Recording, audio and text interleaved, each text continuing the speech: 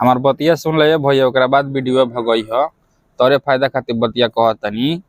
तो जानते बनी हमारा के चैनल के सब्सक्राइब नहीं कइले, ना हमरा के लाइक करियो, ना कमेंट करेला। लेकिन बतिया सुन ला हमार कि नौ जना भाई लोग लड़की फसैलो बोलो, चाहे माल चाहे गर्लफ्रेंड फसैलो बोलो, तारा लोग खातिर एगो बात कहतनी कि जौन लड़की 14 तारीख के वैलेंटाइन डे आवत है, 14 तारीख के याद रखिए लो। अगर तारा के फोन कर कह दिलक हैप्पी वैलेंटाइन डे चाहे हैप्पी हॉक डे, तो सब में तारा से प्यार करेले। आ ना कहलक तो एक मतलब जानला तारा से बात दूसरों कोनो को रखल हो बिया।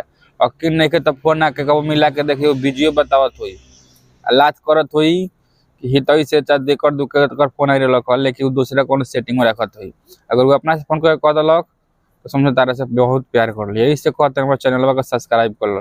हम जानते ना कर बोलो, लेकिन एक बार लाइक कमेंट कर दे हलो, ठीक बा।